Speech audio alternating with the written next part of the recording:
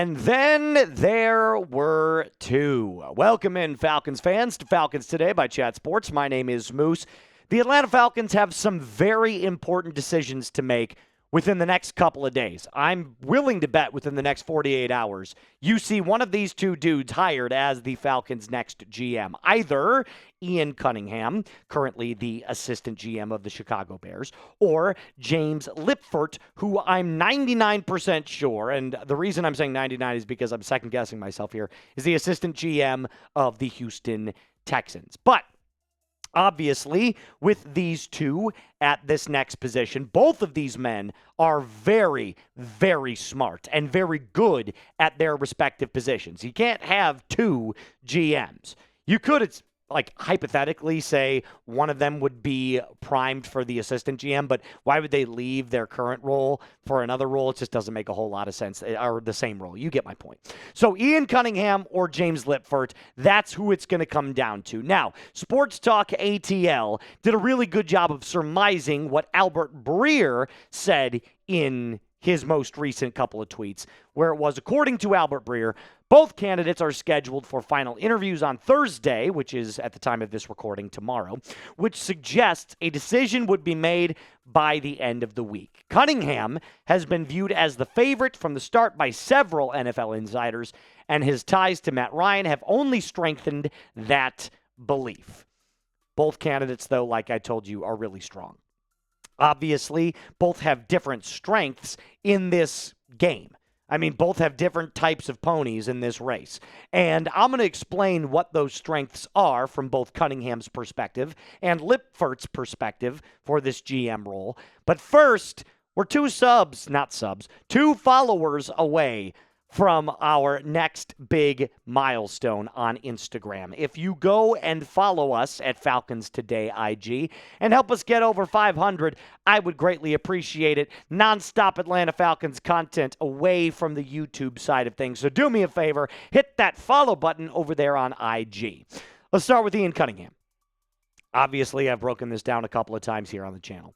Two-time Super Bowl winner with the Baltimore Ravens and the Philadelphia Eagles. He was an area scout with the Ravens when he won that Super Bowl and the director of scouting with the Philadelphia Eagles, and now currently the assistant GM of the Chicago Bears alongside Ryan Poles, who has the connection with Matt Ryan because they both played at Boston College together. Cunningham has ties to winning culture. That's what his strength is. He knows how the best organizations operate in the NFL.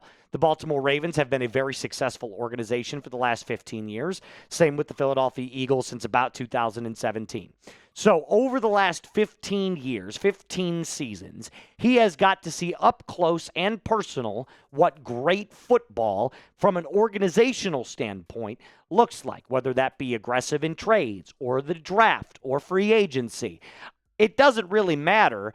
All that matters is he's got to see what the right decisions look like. So that, of course, is just kind of molded in his brain as to this is the kind of move that these organizations will make. Lipford, on the other hand, with his interesting name, the double I, actually, believe it or not, I misspelled it. It's L-I-I-P, but that's my fault. Lipford has an entirely different strength in this race, and that his ability to identify talent. So while he might not be around the same type of culture, although the culture that he's been around is also incredibly winning in the New England Patriots, the Falcons candidate for GM in Lipford is one of those guys that I believe has had firsthand experience in really solid drafts. Now, according to Clint Goss, who has been around the social media world kind of breaking down this whole situation, Lipford is flying to Atlanta for a second in-person interview. This was yesterday for later in the week. He'd be fire. Georgia Tech alum from Marshallville, Georgia, so he's got the GA ties. And then he spent 9 years as a Patriots scout. So obviously, with the ability to go in and find, random talent off the street is something that he's very familiar with. But I can also go back to his time as the Houston Texans assistant GM and say that there's some notable draft picks that have been excellent home run hits outside of their most recent performances, C.J. Stroud, that have just really reshaped the Houston Texans roster. Tank Dell, Stroud, Will Anderson Jr. is a home run, so is Kamari Lassiter. These are just a few of the picks that he's had a hand in since 2022 in his role with the Houston Texans. So either one, in my opinion, is a home run pick. I'd personally go with Cunningham. That's just where I'm kind of landing. But you let me know in the comment section down below. Who is your choice for Falcons GM? Did you know that this is the only GM opening this entire cycle? This football season in 2026, the only GM opening with the Atlanta Falcons. So let me know down in the comment section down below. Let's talk about Kevin Stefanski in the back half of this episode. More specifically, quarterback development. Because while we can sit here and speculate about Michael Penix Jr.'s involvement with this team, obviously he's not even going to be ready to go and take the field until the middle of August. So we'll touch on this here in just a moment. Before that, though, I have to tell you about our friends over at Prize Picks, the big game right around the corner, and obviously not the Houston Texans, the New England Patriots are taking on the Seattle Seahawks in the big game. So do yourself a favor and cash in on America's biggest sporting event and the closeout of the 2025 season the right way with Prize Picks by getting $50 instantly in lineups when you play your first $5. They've got a brand new feature alert where Prize Picks now has early payouts, meaning if your lineup gets off to a hot start, you now have the option to cash out those winnings before the game even finishes. Speaking of those lineups, it takes 30 seconds to make one. You pick your player, you're more or less in their stat projection. Watch your money multiply. Up to 2,000 times your cash this football season on Prize Picks. Pick the flex play, pick the power play. Doesn't matter how you play with Prize Picks. Download the app, use code CLNS to get $50 in lineups after you play your first $5 lineup. That's code CLNS to get $50 in lineups after you play your first $5 lineup. Prize Picks. It is good to be right. The quarterback that we're going to focus on because of their connection is Kirk Cousins here, who notably I think is gone. I just want to get that out of the gates really quick. I think Kirk Cousins is leaving in free agency. However, it would be foolish of me to ignore the history of these two working together. Kevin Stefanski was the quarterback's coach and offensive coordinator for Kirk Cousins. We know this. Back their time in Minnesota, Kevin Stefanski had Kirk Cousins, granted a much younger Kirk Cousins, operating at a very high level. Let's go back to the one season that Kevin Stefanski spent as the offensive coordinator. That was 2019 in Minnesota. So, this was the year that he was the offensive coordinator for Kirk. 69% completion percentage, 3,600 yards, 26 touchdowns, and 6 INTs with a passer rating of 107.4. For context, Cousins' 107.4 passer rating is the highest of his career ever. Statistically speaking, that was the best passer rating he's ever had, and it was under Kevin Stefanski. Now, I'm aware Kirk is much older now. Kirk is more injury-prone now. Not injury-prone, but you get my point. He's had more injuries now. He's a much older, more weathered, and tenured player. I'm assuming you're not going to get the same level of Kirk, even with Kevin Stefanski, if he were to stay here, that you would have gotten in 2019. But I decided to take a little bit of 2019 and a little bit of last year and combine what I believe in the event Kirk Cousins is your starter for 17 games. So this is my Kirk Cousins projections for 2026 if he's on the Atlanta Falcons and if he plays 17 games. 64.5% completion percentage, 3,400 yards passing, 24 touchdowns, and 8 interceptions. Now, by the way, before we go to Baker Mayfield here, those numbers are not Pro Bowl numbers.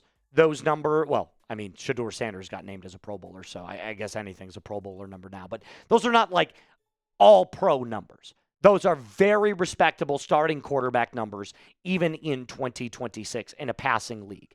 Like I told you yesterday in our video, I think Kirk Cousins will be a complementary piece. Kirk Cousins is going to be a complementary piece to producer JD, if you go back to the player bio for Kirk Cousins here for a second. I think he would be a complementary piece to what Bijan Robinson is going to be next year, which is the very height of his peak in Bijan's powers, he's going to be the focal point of this offense. Now, the other quarterback that we've dealt with and talked a little bit about on the channel is no longer a quarterback under Kevin Stefanski. That would be Baker Mayfield for the Tampa Bay Buccaneers, who was with Kevin back in Cleveland. Now, these are his numbers now, and Baker has definitely rejuvenated his career in Tampa. But if you remember, his stats under Stefanski were not that bad. Now, this is before the injury. Remember, he tore that rotator cuff on his left shoulder, which definitely caused him a bit of discomfort and caused his play to be worse. But 30 games under Kevin Stefanski as the starter in Cleveland, 219 passing yards per game, with 43 passing touchdowns, 21 interceptions, and a record of 17-13. What does this all mean for the quarterback position?